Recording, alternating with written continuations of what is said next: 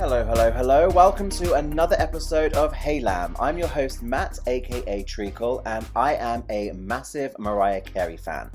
I have my YouTube channel, True Treacle. Maybe you're actually watching this there. This is a video podcast after all. Here on Hey Lamb, I like to sit down with different lambs and talk all things MC. As the episodes go on, you'll meet some new lambs and we'll welcome back some familiar voices as well as we bring some guests back. You can get involved with Hey Lamb over on Instagram. Follow Hey Lamb Podcast on Instagram. Let me know your comments, submit ideas for future episodes, and more. Today on the show, we have a special guest. We are joined by Jason Carter. Perhaps many of you, like me, first met Jason when he graced our TV screens as a member of the pit crew on RuPaul's Drag Race season after season. These days, Jason is rocking it on Instagram, interviewing fabulous guests on his own show, Jason Unleashed. Now, it is a known fact that Jason is a real lamb, loud and proud. So let's go ahead and get into it.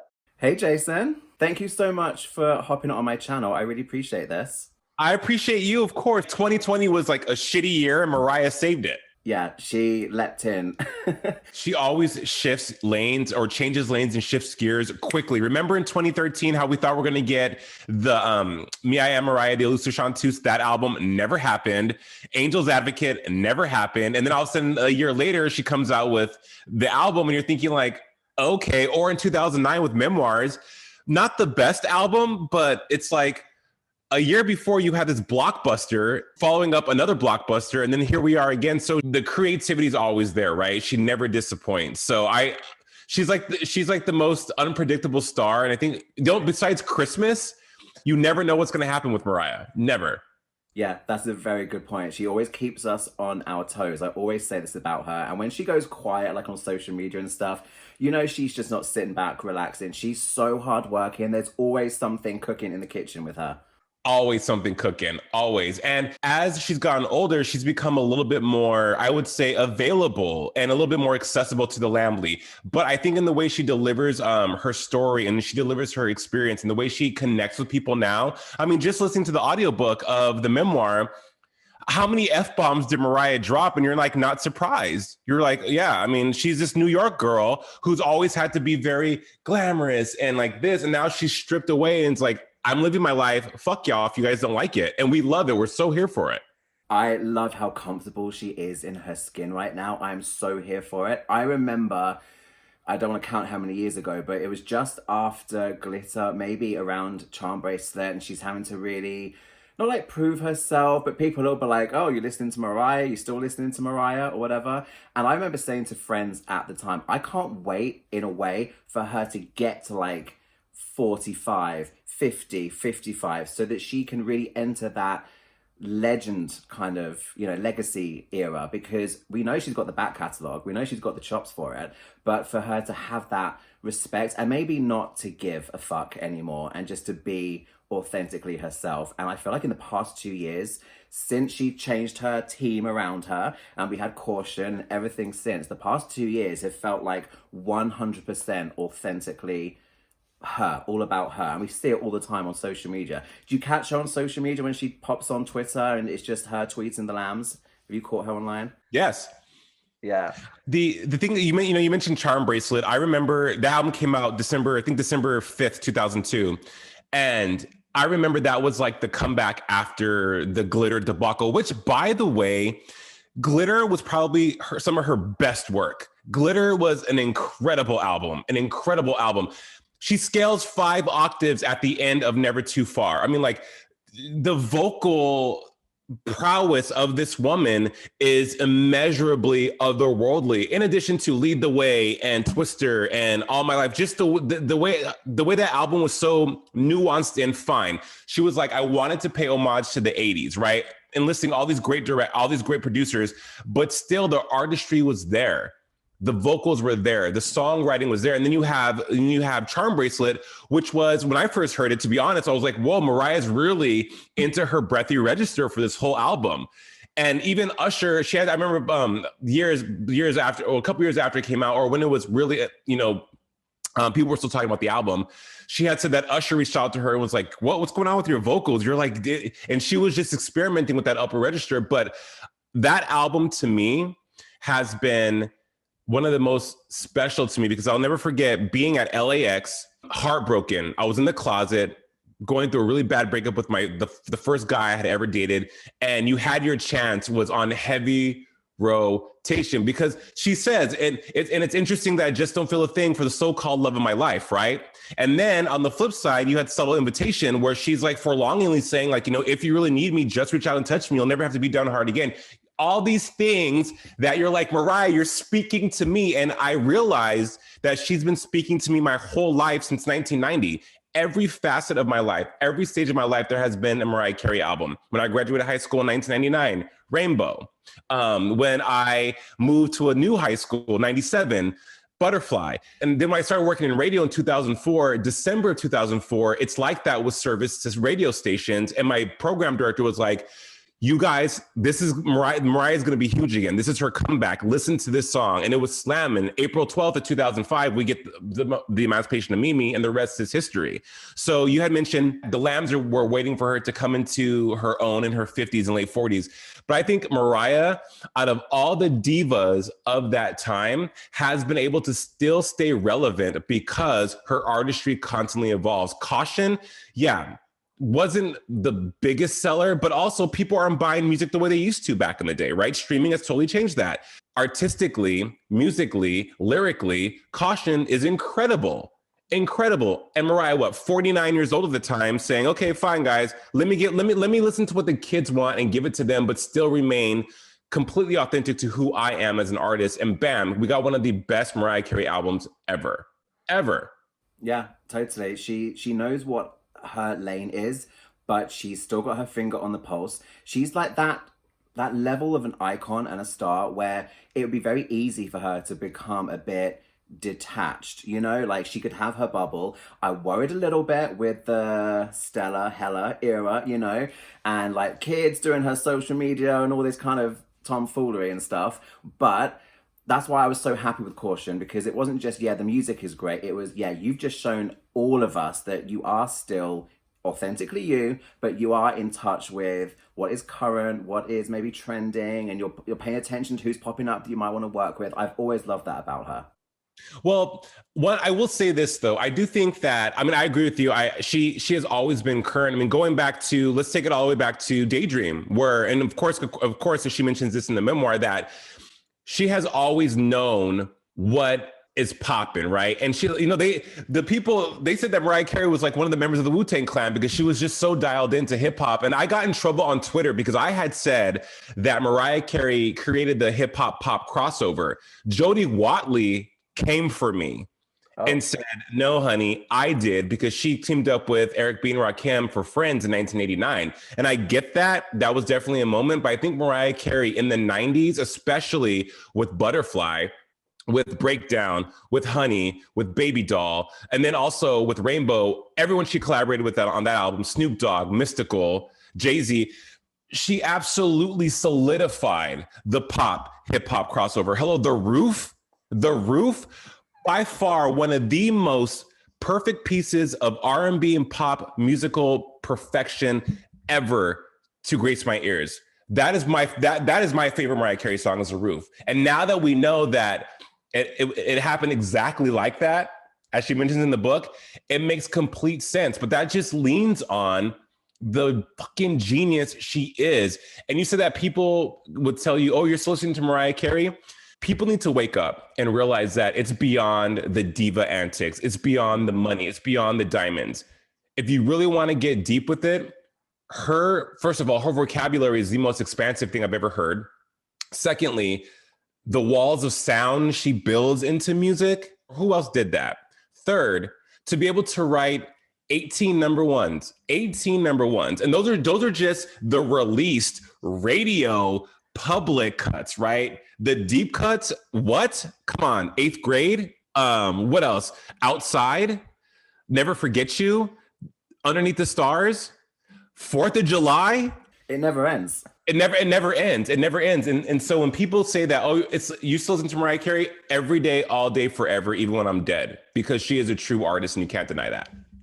I love it. That needs to be like on a t-shirt or something. That needs to be on need to get that on her store. I was going to ask you, do you have like a standout favorite song? You've named The Roof. How satisfying was it then for you to get all of the juice and the context in the memoir behind that song? Because that was such a moment. So, two moments from the memoir. To answer your question, it was so affirming about The Roof. It kind of gave a human aspect to Mariah because she said the first time that she hung out with DJ, it was the most sexy experience without sex. And then when she actually had sex with DJ and was like, I was gonna go make him breakfast and my hair was tall.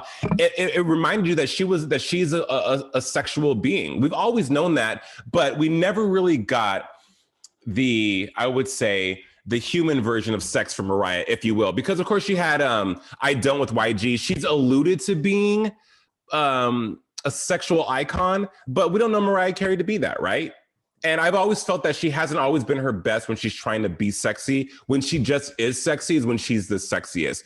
But another part from the book, though, also when she talked about Charm Bracelet and recording in Capri and all the nuggets she's been giving us in the song. She talks about Capri during Charm Bracelet on some of the songs. It confirmed everything I knew. But I will say my favorite Mariah Carey song of all time is Lullaby. And the reason why I love Lullaby is because, one, it's a deep cut produced by Dre and Vidal.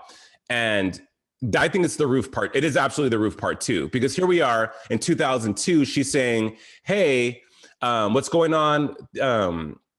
What's the lyrics? "Hey, boy, what's going on?"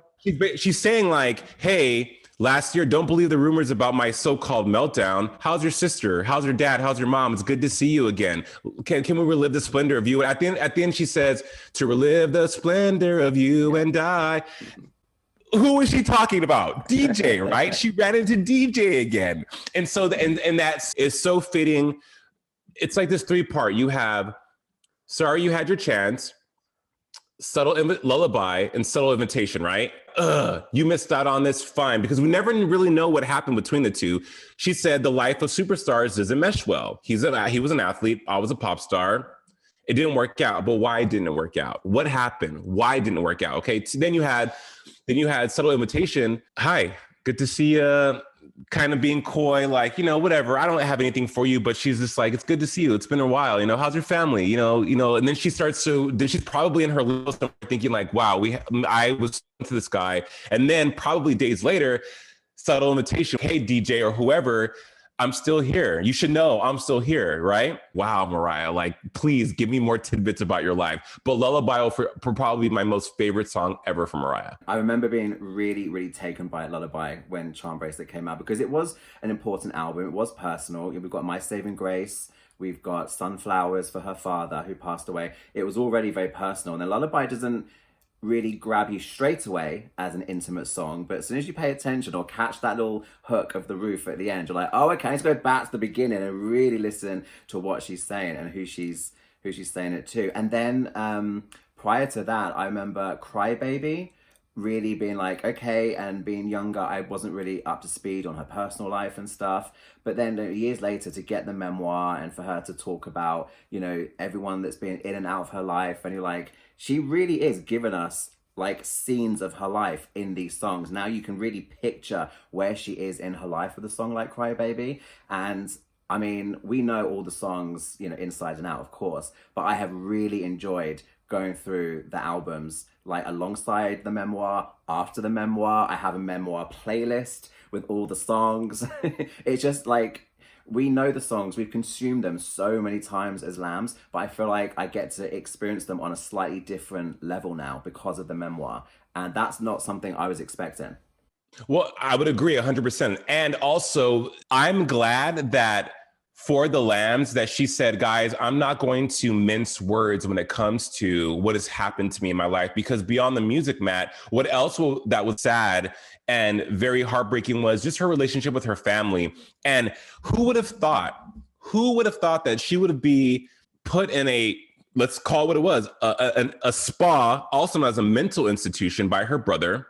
and that she would have to fight for her life. I say the meaning of Mariah Carey is not a memoir about, oh, I'm this 5-time Grammy Award winning pop megastar. No, I'm a survivor of abandonment. I'm a survivor of a business that is unforgiving, unrelenting, abusive directly and indirectly. And I am a survivor of a family that is broken.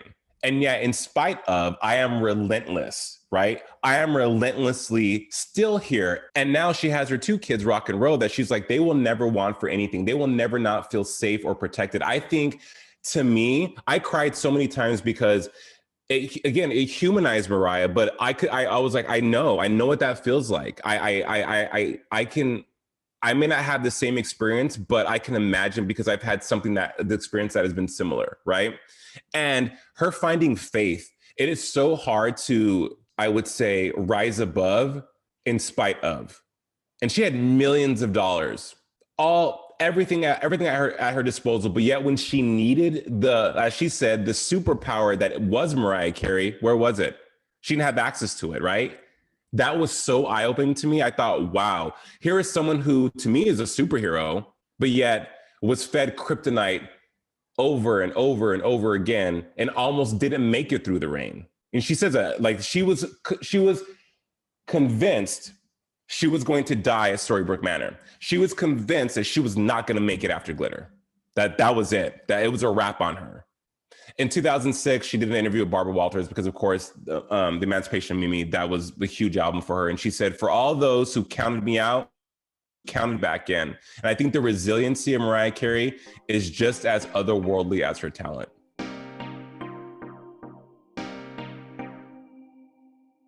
Don't forget, guys, you can support the Hey Lamb podcast in a number of different ways. We're a new podcast, so go ahead and tell your best Lamb friends all about us. We're also looking for some 5-star reviews over on Apple Podcasts. It'll only take a quick minute. If you can do that, I'll love you forever.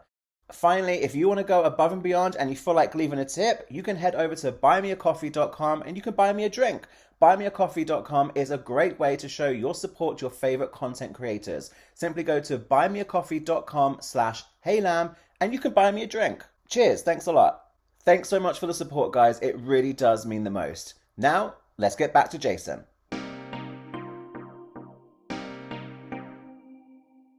I felt like I knew her narrative because we pay attention to everything. We just hadn't heard it in her own words. And I just felt like the memoir was going to just clarify a few details and share like a few bits, because she doesn't owe us anything. She's given us so much across the years. And we kind of have a biography from her, you know, in her music. That's kind of a musical autobiography.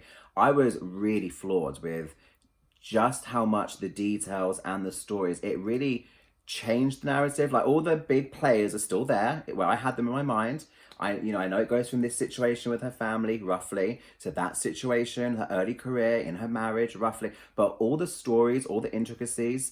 I mean, when people were interviewing her prior to the release, they were saying, like you just said, it's a story of survival. That's what I'm taking from the book. And I'm like, wow, okay. But then you read it and then you're like, yeah, that times 10. It really, really is. It's not about the grandiose nature of her career. It's not just a glossy, I'm going to fill 300 pages with just a few, whatever. She really went in and she really bared all, and she was not afraid to be quite vulnerable, which is why you had tears, I had tears, we all had tears, because it was so endearing for her to be that honest. And I think it was quite brave of her to put that out. It was absolutely brave of her, Matt. She, in her interview with Zane Lowe on Apple One, she had said, people drew first blood with me. And I think for years, she probably had to bite her tongue. Like, we still don't know what happened with her and Walter Afanasieff. We don't know what happened with there may be legal proceedings, there may be legal ramifications that go into that whole relationship. But I interviewed Walter December of 2019 because I was working at Entertainment Tonight and I was doing All I Want for Christmas Is You by the numbers. And so we interviewed him and he didn't say anything. He's always so gracious about Mariah. He always asked him, how much money has this song netted for you? He was like, just know that this song allows me to pay for a staff of people all year, right? And even in interviews subsequently, after the memoirs come out. And, recently she talked about with Questlove on his podcast, you still don't know what has happened. And my point is that she's had to bite her tongue on a myriad of different things that have been very detrimental to her mental health, that have been very detrimental to her overall well-being because of who she is and the unfairness of things that has happened to her. So the butter knife incident, how Corey Rooney went on social media saying that's not what happened, but Petals, and again, I always wondered, what is Petals about? And now it's like, get it. And why would she lie about that? Why would she lie about that, right? I don't know her about J-Lo. You mentioned bravery. This was her opportunity to be like, for 20 years, I've had to stomach so many inaccuracies and deal with lies. And finally, much like Quincy Jones did when he just completely told everyone what was up about Michael Jackson, Mariah's like, this is my truth and I don't care. I have nothing to lose now. If it wasn't untrue, even if we weren't fans, even if we weren't diehard lambs, right? There is a way when someone delivers their truth that leads to a little suspicion, that has you a little bit like, are you sure? Because there's this side, that side, and the truth. But with Mariah, it's like, no, I believe that actually happened. I believe it happened. Yeah, because you can take it back to Petals in 99. Like you just said, why would she be, lying about that? She describes what happened in the book. You go straight back to Petals from 99. And yeah, that's what, that little bit in the song, that happened. She put so much of herself into her music and it all ties in. There's no gaps in things. It ties in. I'm taking everything that she says as, if anything, she's not going as deep as she could. And when she was talking to Oprah, she said, I could have gone in a bit harder. I could have, it's with relation to Tommy. She didn't say everything. I think she's still conscious of how much she says and she's still editing herself. It must be so frustrating to bite your tongue, like you say, for so many years, and you just want to go on public record and you want to just put things to rest. And I admire the patience of the woman and the self-discipline, because I don't know if I could do that. I also think though, Matt, as you go through life, and I hope I arrive at this one day, as you go through life, I think Mariah probably feels like she has healed in some capacity, because she told Oprah writing the book was very healing, which, by the way, I felt the Oprah interview was a little bit rude on Oprah's part, because there were so many times where Oprah would just interrupt Mariah. There's times where Mariah, when you interview someone, or like, let's say I'm interviewing you and you had this incredible moment with Mariah, and it changed your life. And I'm like, Matt, how did Mariah Carey change your life? And why are you so emotional? And you get emotional again. And then you start telling me, and I'm like, oh, well, so I know why you're emotional. It's like, no, let him have his moment, because in that silence, you will reveal. There was times where I felt Oprah was like talking over Mariah, and I, as someone who interviews a lot of people, I feel like Mariah got a little frustrated, because when she gets frustrated, her sigh, she goes, and she looks away and comes back. It's like she's trying to save face, and Oprah kind of interrupted her so many times. It's like, Oprah, let her finish her thought, because or she says, when Oprah asks her a question and Mariah's going to answer, she goes, no, that's not what I asked you.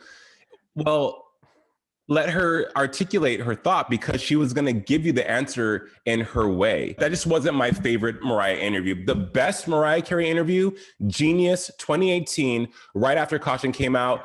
I watched that at 2 a.m., 4 a.m., and 6 a.m. and cried every single time, because that is the interview you give Mariah Carey. Fuck all the diva shit. Get into her being a songwriter.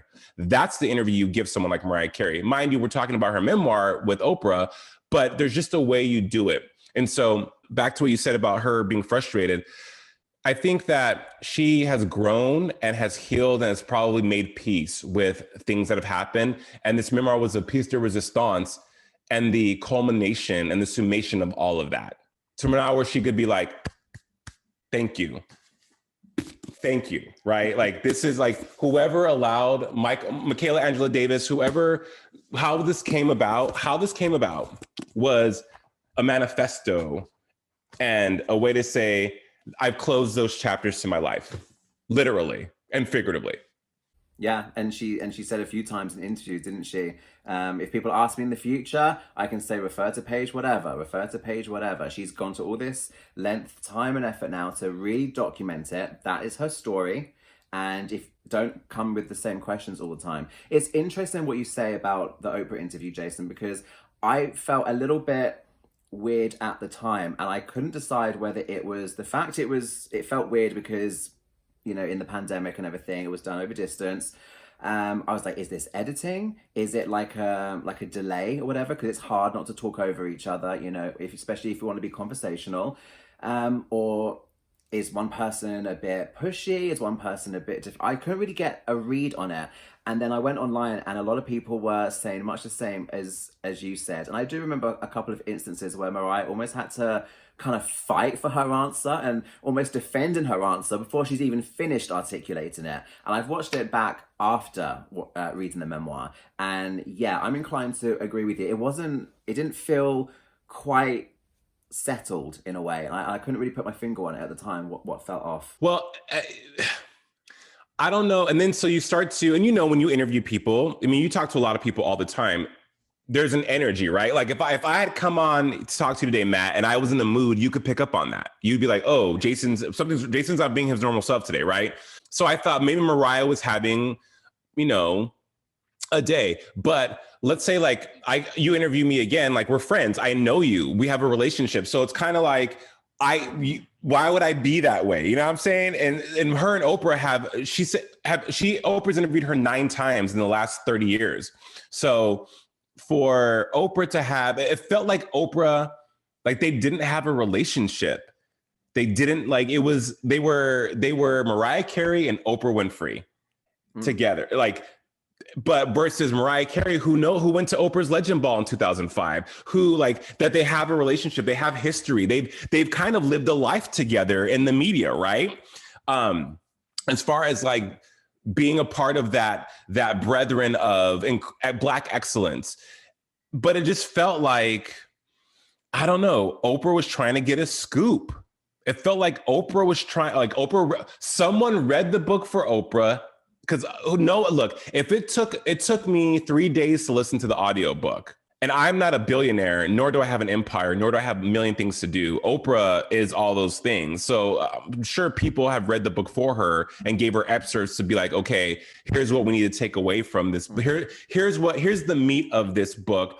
Here's what stood out to us. And when you are at, and this is just all speculation, but when you're at that level, you have professionals who produce your content. That interview was produced, right?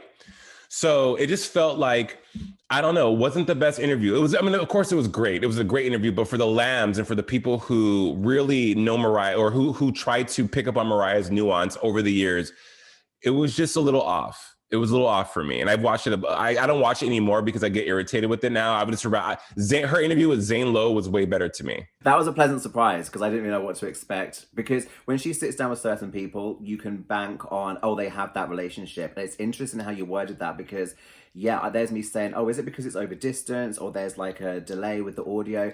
But it's exactly that. It felt like there was no prior relationship. It's not like we've seen them, together on set, arms around each other and hugs and stuff like that. It felt a bit cold and a bit distant. Totally. I'm glad you brought up the Genius interview because for me, in recent memory, that is the one. That was the interview. And like you said, that is how you interview her now. You need to go in, armed with your knowledge of the deep cuts because you're going to get things out of her that no one else is going to because you've really done your homework. And I feel like I would really love for her to be picky almost, now moving forward with who she gives that time to. I really enjoyed watching her kiki with Naomi, on Naomi's channel. That's just 2 girlfriends hanging out. I'm like, give them a snack, give them a glass of wine. I could watch this for 3 hours. When there's that natural chemistry, I'm like, yeah, I would love for Mariah to do more interviews with people that are qualified, really, truly qualified, which is why you need to get her on Jason Unleashed. I know you've campaigned a couple of times. Well, the thing is, Matt, after that Genius interview, I was working at Entertainment Tonight. I had my segment Hit Play with Jay. Caution came out. It was right before Thanksgiving 2018. And I did a segment. Mariah retweeted it and commented on it. It got 100,000 views. I had it pinned to my Twitter. But Rob Markman, who, by the way, shout out to him, he's incredible. It was just like, finally, he talked about the roof and like, her vocabulary and just like all these cool things. And yeah, I've been campaigning for Mimi to come on Unleashed. Mariah Carey's gonna come on my show when I have a real talk show on TV, because that's happening. But I was surprised that she didn't touch on her bipolar diagnosis. We heard nothing about that. And that narrative has been, I remember it was cover of People magazine. It was Mariah Carey's bipolar, which makes sense. Working into the night, the highs and lows, mania, completely makes sense. I completely understand. I know people that are bipolar. I am a survivor of clinical depression. I'm not a psychologist or psychiatrist, but I've done enough research on bipolar and mania and depression to know that Mariah Carey could absolutely have experienced that, especially during the glitter era, especially being sleep deprived, the stress, the anxiety, all those are triggers. TRL was a stunt that went awry, yes. However, what motivated that? What motivated that type of behavior? Because looking back, it was absolutely a weird moment for Mariah. I remember watching and thinking like, this isn't the Mariah we know. And now understanding what happened, I feel like she was having a manic episode because she had been working hard, because she was sleep deprived, because she hadn't eaten, because of all these things that exacerbate conditions that with people who are healing from mental illness. So yeah, it was like, whoa, crazy. But back to Genius. I think the Genius interview is by far the best. And also you mentioned Naomi and Mariah. One, I don't know why Mariah allowed that lighting to be as harsh as it was in that interview. It was like, come on, Mimi, like, where's this soft light? But I digress. But again, she's like, I just don't care anymore, you guys. Like, I want to live my life. Like, I'm going to do me. And if I decide to do another album, cool. I'm back at Sony. I can do what I want now and just leave me alone, right? She's just like, she's finally at a stage where she feels like I have nothing more to prove. I don't have anything to prove. I've won every accolade. I've done all I can do. And creatively, she says she wants to do what feels good to her. I feel like her next album is going to be the real Emancipation of Mimi Part 2. E=MC², I felt was rushed. I felt, even though it was 3 years after Emancipation, I felt that it was not her best album. Memoirs was more cohesive than E=MC². And Memoirs didn't have any number ones. Memoirs, Working with the Dream, and the way, and I mean, it all kind of sounded the same initially, but once you listened to all of it, it was like, this album is, even though it's not my favorite album, it's my least favorite album, but that just says a lot because her albums are incredible. It's still, it's leaps and bounds better than E=MC², for sure. Her next album will probably be something that is going to take a while to come out because she's probably going to be in the lab, because she says that vocally, she's at the best she's ever been. The vocal rest she's had is now like, okay, cool. Because she said with Caution, she didn't have that, which was, I thought her vocals on Caution were... Yeah, I was more than satisfied. I love that it was something slightly different. I didn't need the usual Mariah Carey album formula. I was happy that she, deviated a little bit. I think this unplanned rest that she got for her voice in 2020, she can't tour, she can't do a residency. She really just has to take care of herself and her kids. I think, yeah, when she says that she's feeling really strong vocally, and she gave us some at-home performances on YouTube, which were amazing. I'm down. Let's give her a year, 2 years, 3 years, whatever she needs. Get in the studio. She's so free right now. I think the next album is going to be exciting because, as you say, she's got nothing left to prove. It's just for the enjoyment, and it's just whatever inspires her. I don't even really care if she chases a commercial project or not. I'm looking forward to potentially when she's really done chasing commercial moments and she just wants to make almost like project albums. I would love a jazz album. I would love for her to reach in harder on the gospel side. I would love to have those moments. I'm happy to see you nod along. An album of standards would be incredible. I will say that chasing success, chasing the commercial aspect of the music industry, Jasmine Sullivan's having a moment right now with Hotels. And Jasmine Sullivan has been someone who really hasn't, she has a fan base, but she really hasn't been someone who has been in the spotlight for oh my God, this album. And she stopped chasing the commercial success, and bam, look, Adele, 25 in 2015, when people just stay true to who they are and do what they want and don't focus on, oh, I gotta be strong for the radio for you know, I gotta have a strong showing on the charts. Like Ariana Grande, her best work came when she stopped trying to have those commercially pop albums, right? So Mariah Carey, if she gives us that, it's gonna be a moment, because not only have the critics also turned the page on her and are like, we stan her now. Like now she's like a national treasure. Like we have to protect Mariah, right? She, in the last 4 years, all the movements in music, Justice for Glitter, all these things that have completely given her a rebirth in pop culture and have really just sealed even more of her legendary status, are going to work in her favor on this next album. Because no one's going to be like, ooh, they're going to be like, no, this is Mariah Carey's dropping another album. We're here for it. And it's going to transcend so many different demographics now because of the way social media and the way Mariah Carey has been genius on TikTok, genius on Instagram, genius on Twitter. She's smart. Much like the way she aligns with Hit Boy and new producers and keeps her ear to the street. And it's like, okay, like who's popping? How do they vibe with me? She's done that in the realm of social media, which is only going to help anything she's done before. How many people were up Halloween or November 1st, 12:01, waiting for her to say it's time? Millions were on social media. That is power. That is juice. That is influence, right? Still being able to be that bitch, still being able to be that chick. Only she can do that. She's not human, Matt. She's like from another planet. Like, I don't even know how to say it. She's like an alien. I'm so loving her on social media in the past few years, so much. And it really is, as you say, it's going to serve her next project so well. I thought I was excited for the next project, but you're getting me like on another level of excitement. I'm loving it. It's going to be so good whatever the next project is. I hope you're all enjoying today's conversation with Jason. If you're not already, be sure to follow him on Instagram. His profile is Jason Carter Official. Look out for the verified blue tick.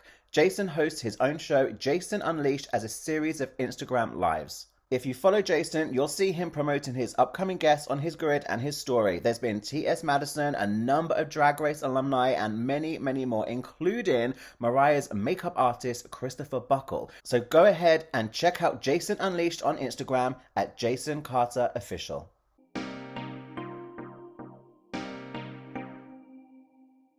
Where did it start for you? What's your like first memories? Is there a particular song or album? Like, what was your gateway into the Lamely? Fall of 1990. My birthday's in September. I'm from Albuquerque, New Mexico. My dad drove all the way from New Orleans to see me and my brothers, and he had bought me a Super Mario Brothers 3 Nintendo game for my Nintendo and Mariah Carey's album, and said, hey, I like this girl. Like, she was on Arsenio Hall. Like, she's a big deal. Vision of Love was everywhere. And then Someday was where I was like, yep, that's it. And so I really got into the first album. Then Emotions came out the following year. Can't Let Go. Incredible. Can't Let Go is, I would say, if I had to pick the top 5 ballads from Mariah, it would be Can't Let Go, My All, Joyride, Bringing on the Heartbreak, even though that's a cover, and Never Too Far. Those are my 5 ballads from Mariah. So 91 with Emotions was just like, make it happen. She was, she was like it felt like it was just, she was this phenomenon, and bam, back with another album. Yeah. Then when I was in middle school, I remember having my 6th grade graduation party, and Unplugged was huge. I'll Be There was huge, right? It was like, oh my God, Mariah Carey. And back then Unplugged was like major for MTV. Then you had 93 and Music Box was where I was like, okay, you heard the signature Babyface sounds. You heard, it was this beautiful cover, a glamorous Mariah. It was this glamorous Mariah, and it was bigger than big. She was a bona fide superstar now. I think Music Box was what really solidified her as like a bona fide superstar, but also really owning that adult contemporary space, because you saw Dream Lover on MTV, but you mainly saw more Mariah on VH1, and it was more of like your mom's Mariah. You had Without You, Never Forget You. But I think I became the biggest Mariah fan summer of 97. Honey. It was like, what is she doing? She's acting. She's wearing stiletto heels. She's in the bikini. She's jumping off a freaking balcony. Oh my God, Puff Daddy, what's happening? It's brown. It's honey. It's soft. It's like you didn't know what to do with yourself because never before had you seen a Mariah Carey like this, and the music was slamming. Honey was a bop. Honey was a bop. You could not tell me that when the remix video for Honey came on with the biggest rappers in music at that time, Mariah looking titties out, like just mind blown. And then you started to get into the narrative of Butterfly, spread your wings. Like it made sense. It made sense. So 1990 was my foray into the Lamley, but I think with every album, you are galvanized and your love for her is cemented. That's a really great way of putting it. Yeah, been there from the beginning, but galvanized with every album. You're a legacy lamb. You stretch back even further than me. There's like on Twitter you see like there's the newbie lambs, and then through MC30 they are discovering some of like the club mixes, and I'm like, I've had that on CD for 15 years. You know, it's it's a little dusty, but I've had it. But I love that. I love that she is still collecting fans. Have you seen Mariah live? Have you like had any interactions? Have you ever met her or come close to meeting her? I've never met her. I saw her in Vegas twice. Saw her at American Idol for the American Idol finale. I've never met her though. I feel like I know her. I feel like we're friends. We're besties. Like me and Mariah, we go back like babies and pacifiers. But I've never met her. But I do think people always ask me, Matt, like if you had the chance to interview Mariah, what would you do? If my agent said, Jason, you have an interview with Mariah in 5 minutes, I'm like, bring her in. Let's do this. You're ready. You know, right? You as well. Like you could sit down with Mariah and just have a conversation and not have to worry about being well studied because how much we already know, but because we passionately, authentically, and intrinsically love her and we feel like we've lived a life with her, right? And how awesome is it for someone like us to be able to have someone like her and be like, as you said earlier, thank you for being the soundtrack of our life. Like, thank you. You know, if I could only listen to one playlist ever again, it would be my A+ Mariah Carey playlist. I don't have to listen to any other new music. I could just listen to over and over and over. My husband's like, why do you play this song on every one of your playlists? I was like, why would you ask me that? Like, you know better. Why is The Roof #1 on every one of your playlists? Because it's fucking amazing. That's why. I am not one of those lambs that's going to give Mariah Carey a pass when some things are whack. Some things are like, oh, that wasn't the best. Like, you know, like I'm not going to love everything because then I would be a sheep. and so, and Matt, you know, when you have Mariah and her music, it's an appetite. Sometimes you want a dream lover moment. Sometimes you need that solemn, somber, melancholic intro of The Roof. Sometimes you need to turn down all the lights and break down and cry. Sometimes you want it to feel just like Honey. Sometimes you're always giving your all, right? There's always these songs that fit every single nuance and chapter and facet and layer of your life that a Mariah song is perfect for, right? So when I don't get that, like from what song can I not stand? I hated off of Glitter, didn't like Twister, off of Charm Bracelet, Irresistible, nope. What other song? Get Your Number from Emancipation? Nope. So Lonely? Nope. But also look, there's Circles. When the best part of Circles too is when she after the beat section, which that rasp in her voice, which is like, nothing's the same. Yeah. So good. Like I go nuts in my car with that because it's like you get the emotion, right? You totally get it. Or Heartbreaker the remix when I met you last night, baby. Like just the way she takes something from a song that is so dirty and so like just inappropriate and makes it so sweet and so saccharine and so cool. It's like only Mariah can do that, but that's an appetite that she feeds. It's a thirst she satiates, right? Absolutely. She's got a song for every mood, every moment. She scratches so many itches. And I feel like with her in the past, there's been maybe like an expectation, like she's got to have a song for everyone maybe on an album. That's why she had that kind of album formula. And I do feel for her because she's never going to please everybody because we all kind of pull in different directions. We all want slightly different things. But you said earlier that the best work comes when you're not thinking about what other people need and what radio needs. You just being authentic. And as long as she's doing her authentically, it took me like a couple of listens to get into some parts of Caution. It wasn't instantly like, oh yeah, I get it, I'm totally tuned in. It took me a couple of listens, but I'm like, that is so her, and it's so her right now. So then it just takes me a minute to kind of tune my ear. Jason, you are more than qualified to interview her. So we need to manifest this. It needs to happen. Well, look, it's going to happen. And what's going to happen is I'm going to do, well, listen, you're on your way as well. First of all, shout out to you for your content. Like, I'm so glad we became friends on Twitter. I'm so glad because like one day I just stumbled across you. I'm like, who is this guy killing the game with Mariah Carey content so consistently? Well done. You have the facts. And then you have like one of the videos that I love when you do the investigative, like you piece together all the clues. That takes time, Matt. Like that's not like an easy thing to do. And to do your research as a journalist, I respect you so much because you work so hard and you're so passionate. I'm sure people think like, well, there's more to life than Mariah Carey. No, there's not. Two, it's a lot of work and you do such a great job. You're so talented. The Lambs, we're not worthy. We are not worthy for everything, all the awesomeness that you continue to give us day to day. Like you're like a one-stop shop for the Lamley, and Mariah needs to interview. You need to interview Mariah. You've earned it. That is so amazing. I think I've got a new channel introduction video out of you just there. That's awesome. No one's going to promote my channel better than you just did in those 30 seconds. Hey, I give you all the rights to use it. Boom, now it's legal.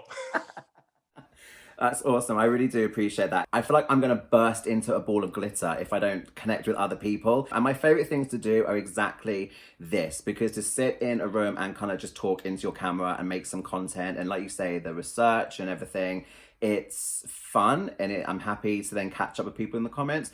But to sit down and geek out like this is, yeah, it scratches an itch that needs to be scratched. Well, it does. And also, it's hard work. Matt, it's hard work. And when, we've talked, extensively about passion. And when you have a passion for something like with Jason Unleashed, I am passionate about what I do, and you work so hard, and you make sure that the integrity is there. You make sure that you're giving your audience, because that's what it's about. It's not about us, it's about our audience. And for it to sometimes not get the notoriety that you want, or to get the reception that you want, or that it deserves, really, it's a little disheartening, but you keep on going because at the end of the day, it goes back to what? That passion. So like, I get it. When I was walking my dog and she's talking in the audiobook, she had been confirming things about struggle and reassuring me that what's happened to me or all of us in our life that we've had to overcome, we're not crazy. We're not crazy. There's a reason why God or whoever brought her music into our life, Matt.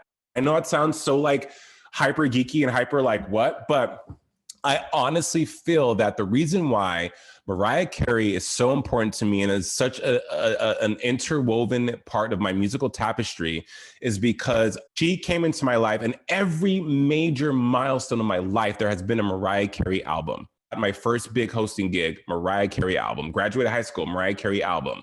So when she's like saying her story and like, I don't know, just her journey, you're like, yes, I'm not alone. And for someone like Mariah Carey to kind of tell you you're not alone, it's like so life affirming. People laugh at me all the time. Like I've been on the Young Turks talking about Mariah Carey, okay?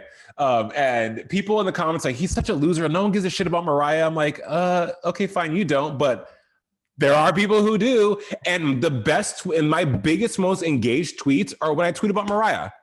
Like people like, when you put Lamley in the hashtag, oh my God, people are just like. The Lamley is always present, always present. But you've been really smashing it with Unleashed. You've come up with, like, you've got your own freaking show. Like you're always on Instagram. You're daily. You're always the number one live streamer. Like if anyone's live on my Instagram, it's always you. You've always got a guest. You've always got the next guest to promote. So for anyone who's on my channel who hasn't been watching Jason Unleashed, talk to us a little bit about how that's come about and where you want it to go. If I'm going to be completely honest with you, Matt, it was born out of having something to prove. In 2019, so in 2018, I got a really cool job at a really cool outlet, dream job, which I thought it was a dream job. Ended up being a very toxic situation. Racism, it was just really bad. I got let go. Was so like defeated. I think that's why also the glitter era with Mariah resonates with me so much, because I understand what it's like to work hard and to need people in your corner and no one's there and to fall apart.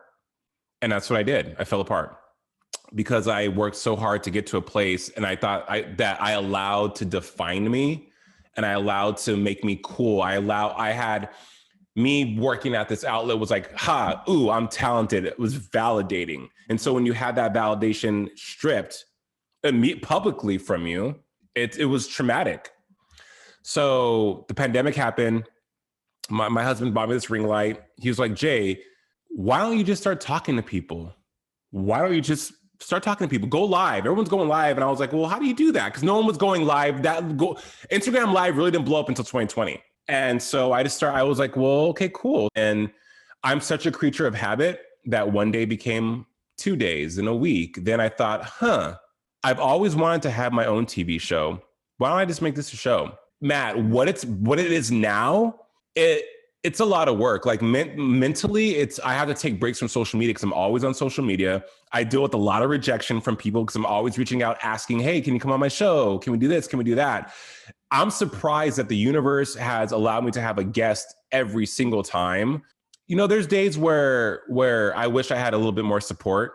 I wish I had, people who I thought would be in my corner or I thought would engage with me don't. But the big picture is much like what you're doing is we created this. If we look back on this time in our life, please know that bigger things are coming for us. It'll make sense. Much like how Mariah came into our life with her music, what we're doing came into our life for a purpose. So looking back, now with Unleash, I just say, I love connecting with people. I love talking to people. And it's great because I get to talk to people who I have looked up to like my whole life. Lisa Ray is on today. I've watched her for years and now she's on my show, right? That's dope. Like never in a million years would I thought that would happen. Never. But that would never have happened had I not been so downhearted and despondent, all these Mariah Carey words, and just broken from that job. So in essence, it's such a blessing because I have been able to create something. Even if nothing comes of it, I can say, much like being on Drag Race, I can say I was a part of television history. I could say I created something that was unprecedented and it was a success. And that is priceless. Yeah, that's worth everything. They're not light words. They are heavy words. They really do carry some weight. I have to talk to you briefly about Drag Race because I just have to pick your brain. Not only are you naturally my favorite member of the pit crew, but longest running, right? Was it season 3 was when you joined?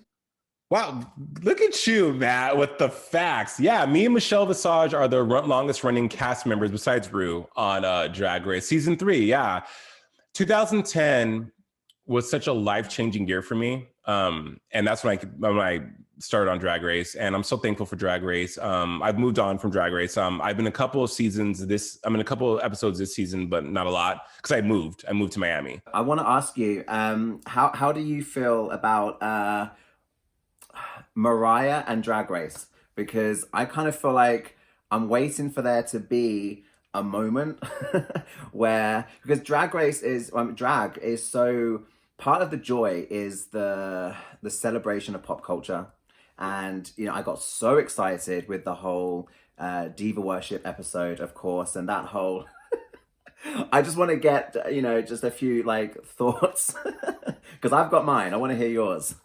How can you be of the LGBTQ plus community and not know any Mariah Carey song? That was tragic. Shangela did the best Mariah Carey impersonation. Are you asking why Mariah Carey hasn't been on the show? I was having this conversation with a friend of mine, they said Mariah needs to do Drag Race, and I said I don't think Mariah would or is the right fit. I don't see her doing Drag Race. I don't know. I don't know if she would do it. She's never talked about Drag Race though. Like, you know, here's the thing. Like, so why hasn't Tyra Banks done Drag Race? Even though Drag Race is like kind of, you know, tongue in cheek of Top Model, because some people just aren't feeling it. That's just not their bag. You know, like Mariah Carey probably feels like, no, Mariah Carey would much rather be on Schitt's Creek if they rebooted that. Who knows? Like, I think it'd be awesome to see. But then again, what would Mariah's critiques be? The first time I kind of thought maybe I can picture her doing it was when we had the season launch with Lady Gaga, because it was very celebratory. It was all about love. It was honoring her, and she got to really appreciate and show her appreciation for like the attention to detail the queens were giving in recreating her looks. No one was sent home. It was a big love fest. And that is the format, the only kind of format I can see Mariah doing. But even when like she's been referenced within the show, like there's just not enough love being like shown. Like I love like Cher the Rusical, you know, Madonna the Rusical. I'm waiting for Mariah the Rusical, because I don't know that Mariah's gonna love it necessarily, but I don't think anyone would love their Rusical. But we as fans need to have a proper, you know, tipping of the hat to Mariah on Drag Race at some point. The thing about the Rusicals, though, the music they use lends itself to a Rusical. Like Cher, Mariah's not very campy. Mariah's not campy. Right. Like Mariah's music's not, I mean, I hate to shade Gaga and Cher, but Mariah's music is like, you know, as far as composition, as far as where it lives in that space. Whereas with Cher, Cher has a lot, Cher's always been a caricature. Cher has always been a caricature of herself, right? Lady Gaga has had so many moments that are just like, what? That it lends itself to camp and comedy, because the meat dress, the egg. You have to think about it from a production standpoint, from a visual production standpoint. What are from a comedy campy standpoint? There's nothing that Mariah Carey's done. What are they going to do? Recreate New Year's Eve 2017? Like, you know what I mean? Like there's nothing that Mariah Carey has done that's been like, because everything she's done has been classy. Mariah Carey, I mean, the only breakdown Mariah's had was Glitter, and that was, even back then, that doesn't make for a good Rusical. Now, if they wanted to pay homage, because a Rusical is also comedy, right? It's poking fun at this. So I feel like Mariah Carey's body of work doesn't lend itself to a Rusical. Not to say they couldn't do it. It just wouldn't be the most comedic feel. Yeah, maybe it's not a guest appearance from her as a special judge. Maybe it's not a Rusical. Maybe we just need some more lip syncs. I don't know. Or maybe I would just feel satisfied if a queen who is a lamb is on and really like loud about it, because you're just looking like where's all the Mariah chat? We're chatting about everyone but Mariah amongst the cast. But yeah, Jason, you've been so incredibly generous with your time, and I really do appreciate it. Quickly tell everyone where they can find you online. They can find me online at Jason Carter Official on Instagram, and also on Twitter at JJC Forever, the word, not forever or forever. It's JJC Forever, together, the word. Matt, it has been so awesome chatting with you. We have to do this again when the new album drops, and something in person, maybe like after COVID ends or we're all vaccinated, we can actually have like a Mariah Carey, like lamb, like something or another. I think it'd be incredible. Somebody needs to put together some kind of convention or something. Someone needs to, get organized. Mariah Con, like a Mariah Con. Yeah. Yeah. Well, yeah, I'll see you online when the next album drops. And yeah, I'll see you at this Lamb Con or something that we're going to put together. All right, buddy. Talk to you soon. Have a great day. Thanks. You too. Bye. Bye.